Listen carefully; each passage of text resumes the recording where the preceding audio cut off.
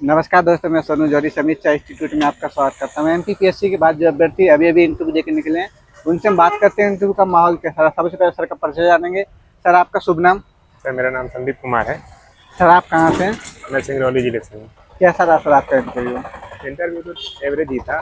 हालांकि एक सर ने ज़्यादा प्रश्न नहीं पूछे, उन्होंने लास्ट में उन्होंने पूछा था।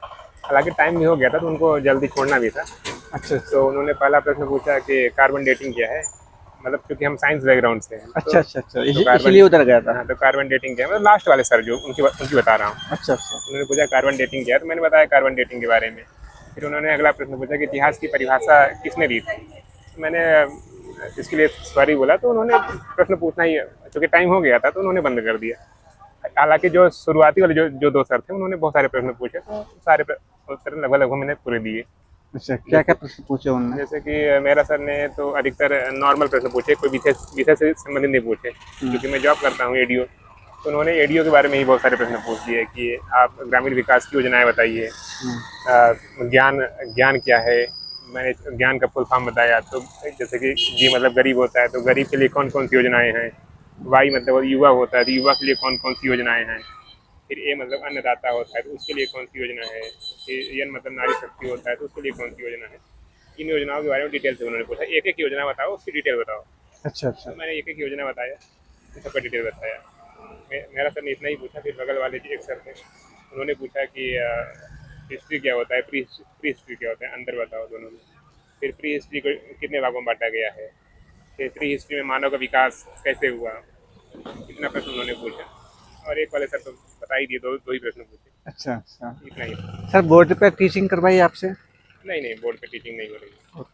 सर, एनईपी वगैरह से संबंधित कोई प्रश्न बना आपसे? नहीं, जितना प्रश्न था सारे बता दिए उन्होंने। सारी योजना केवल ग्रामीण विकास की योजनाओं पे ही, क्योंकि हम लोग जॉब करते थे, तो मेरा उधर ही पूरा इंटरव्यू चला। मतलब जॉब प्रोफाइल पे चला गया जॉब आपका? प्रोफाइल पे ही चला। इसके अलावा आप सिंगरौली से हैं, तो वहाँ से कोई प्रश्न बना नहीं आपसे? नहीं, सिंगरौली से नहीं पूछा। जबकि लास्ट टाइम हालांकि पूछा गया था, इस बार नहीं पूछा। अच्छा अच्छा, इस बार नहीं पूछा गया आपसे।